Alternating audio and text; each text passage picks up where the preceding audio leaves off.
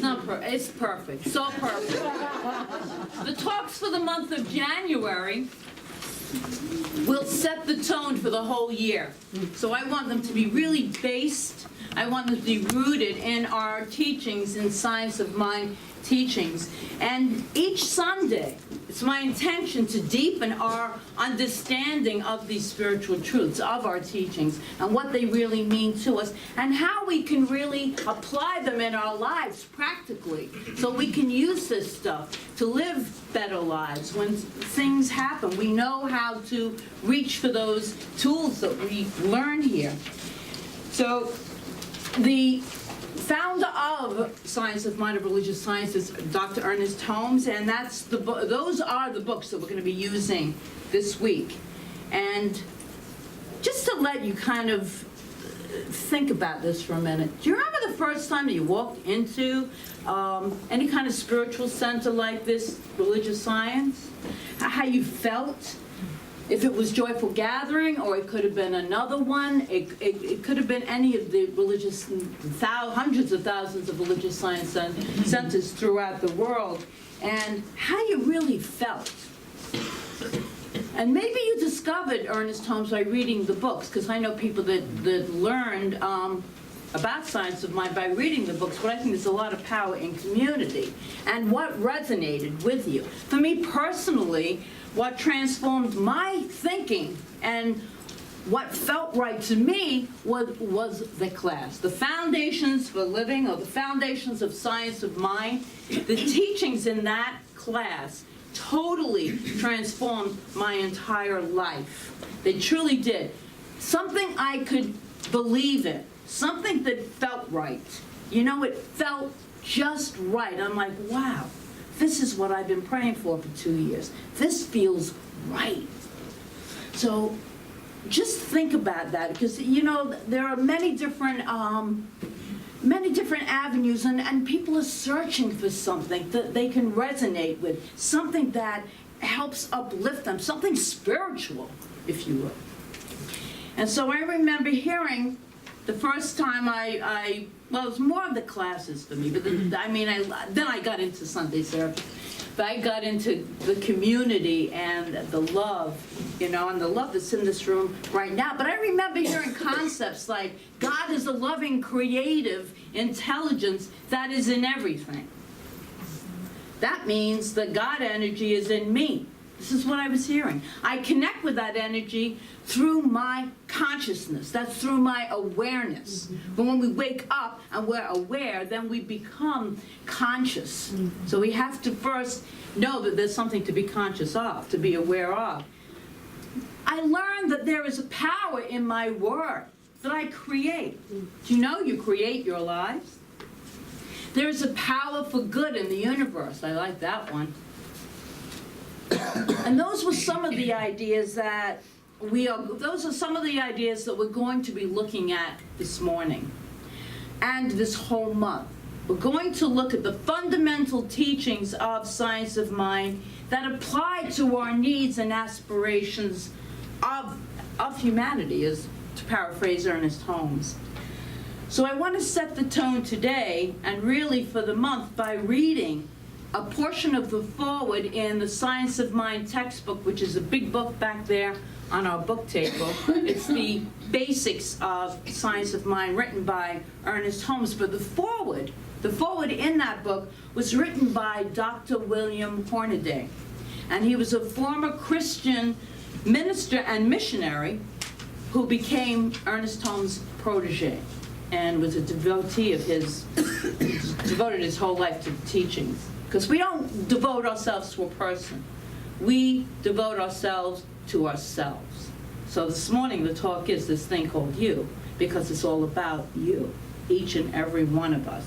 So I want to just read a little bit of what William Hornaday wrote in the book. He said that during a period in my life when I was searching desperately for answers, I had an appointment to see Dr. Ernest Holmes at his office in Los Angeles.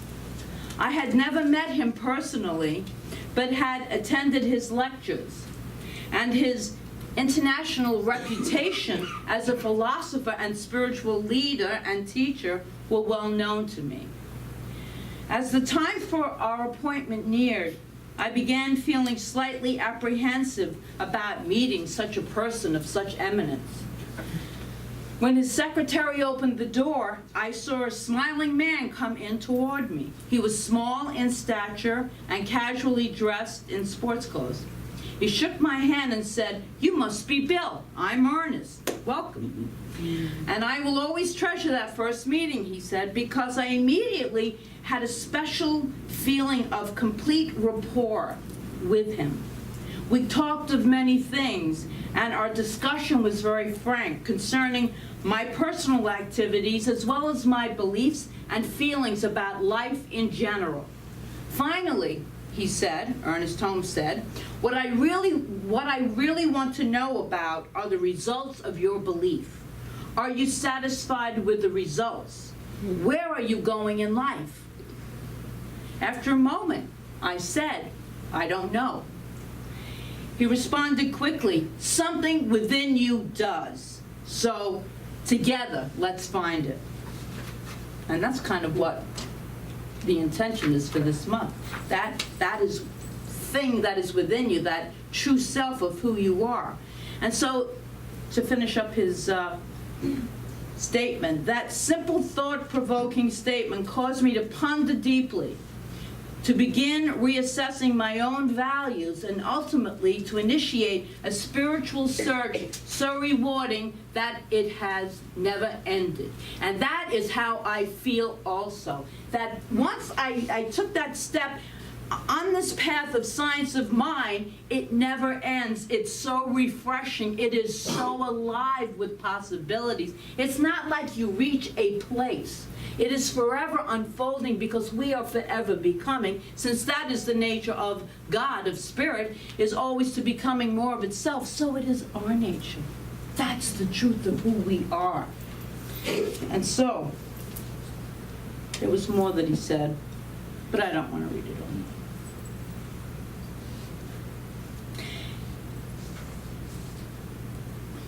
I want to talk about that life within us, that spirit within us that William Hornaday found when he met with Ernest Holmes.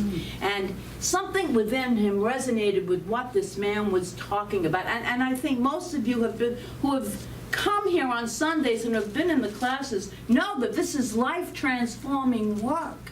This is not even work. It's just this activity of transforming our lives because we have empowerment. We have power within us that we can use for our good,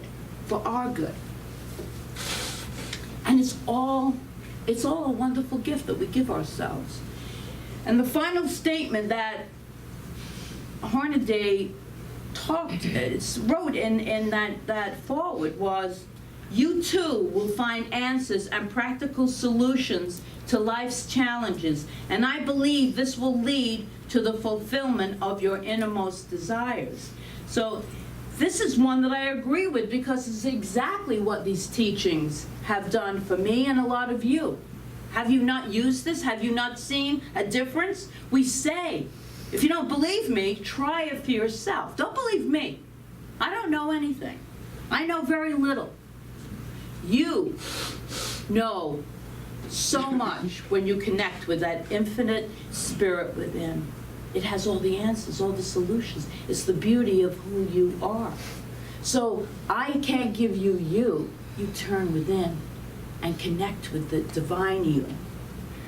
But there is something in the sentence that I just read, and it was about applying these teachings. So we can learn these all, but we need to, all these different teachings, but to apply them in our lives. It's like we can read all the diet and exercise books that there are.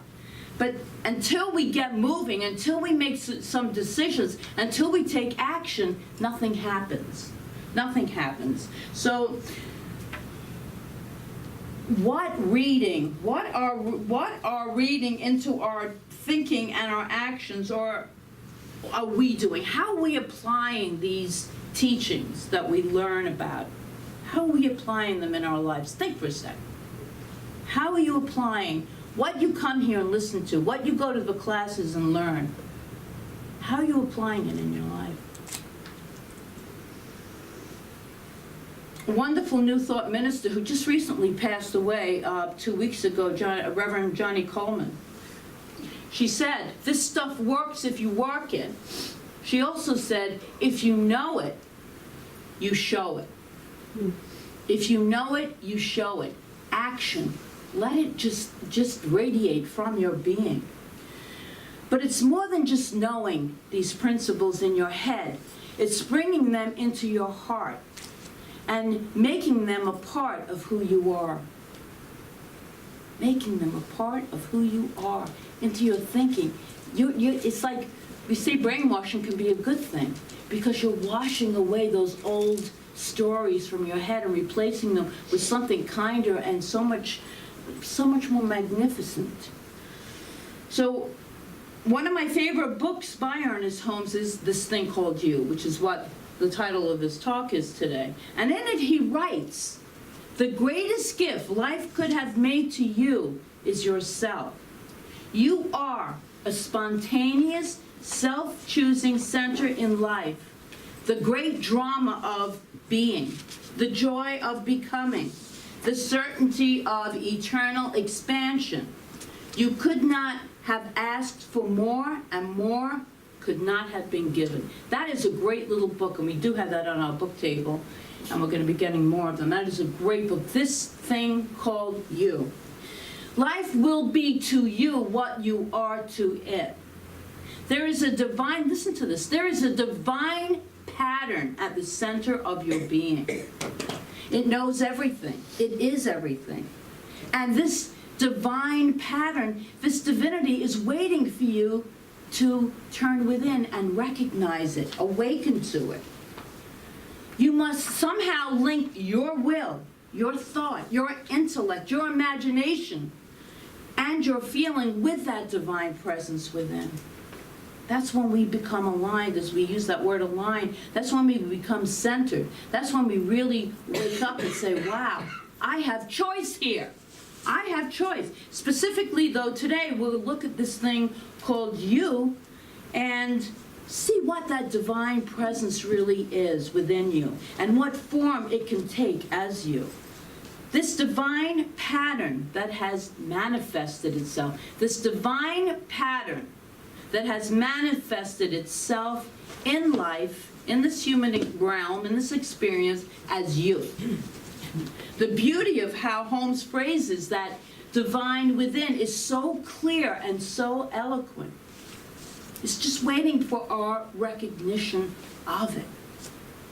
Our awareness that it even exists. Did anyone ever tell you that? There's a divinity within you that exists, that is powerful, that will allow you to fulfill all of your dreams when you awaken to it and use it. Did anyone ever tell you? Because it's the truth.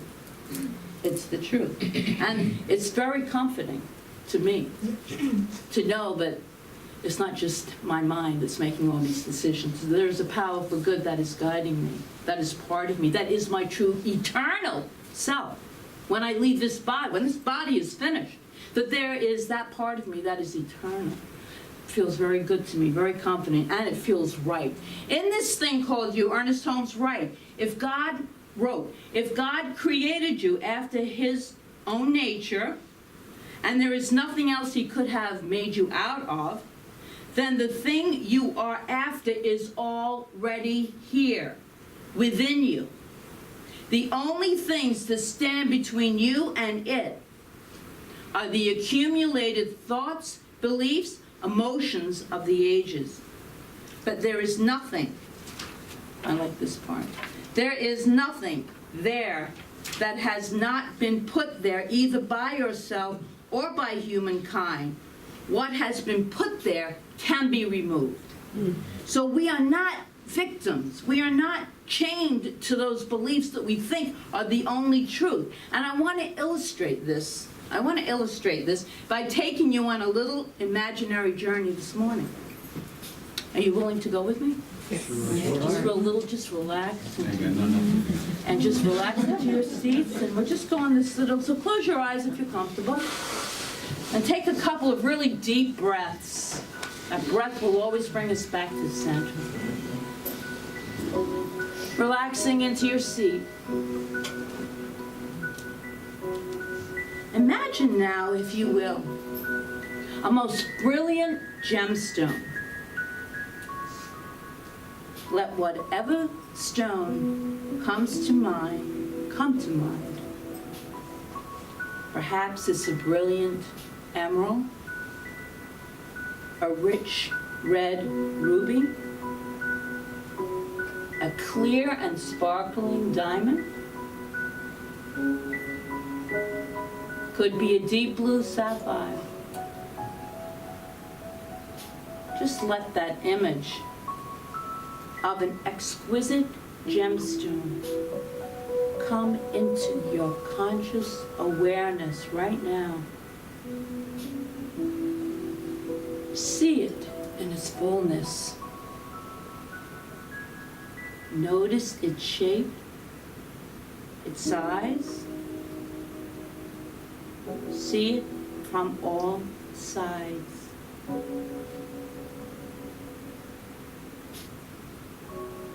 See the light shine on it and bask in its beauty and vibrancy. And each time you look at it from a different angle, it gets more and more beautiful. And you are in awe at the wonder of Spirit who created such a magnificent gem. So simply spend a few moments drinking in the splendor.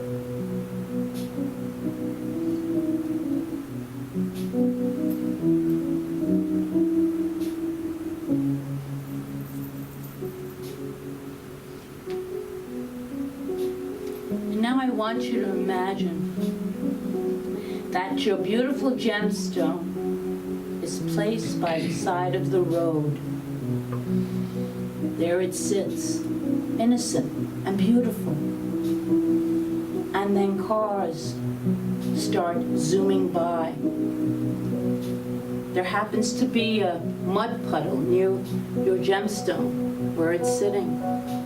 And when a car zooms by, it splashes mud all over the stone. Then a little wind whips up, and between it and all the cars whizzing by, the debris near the road, such as grass and leaves, is stirred up around the stone and attached to the mud covering the stone.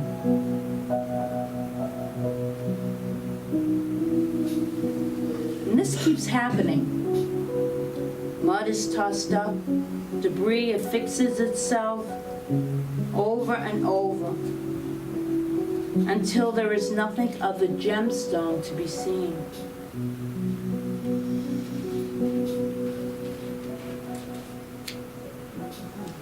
Then someone walks up and sees this mass of mud and debris and thinks this isn't very attractive at the side of the road. I think I will paint it to make it more beautiful. So this person pulls out some filler putty, some colorful paint, some shellac, and begins to smooth out and cover up the mud and debris. Soon, sitting next to the road is what looks like an attractive piece of art, all shiny and nice.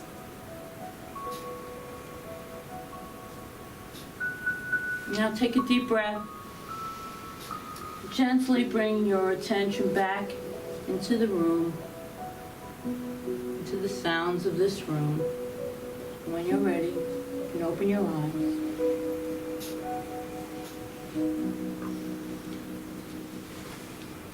We, my friends, are those gemstones. Those beautiful, shiny gemstones, covered up with all of these false beliefs, all of this stuff, lots of debris that has covered us up, and it's nothing compared to the exquisite gemstone that we truly are. We can paint it and make it look as nice as we want, but there is a true, brilliant gemstone within each and every one of us. You might have gotten a visual of one. That is who you are, a beautiful, shining gemstone. Gorgeous. Our task is to chisel away all of those outer layers and discover that true essence that lies within, that brilliance that lies within us. Let me say the Holmes quote again from this thing called you. If God created you out of its own nature, then the thing you are after is already here within you. The only things that stand between you and it are the accumulated thoughts, beliefs, and emotions of the ages. There is nothing there that has not been put there either by yourself or by humankind. What has been put there can be removed. The gemstone is the God stuff, out of which each and every one of us has been made.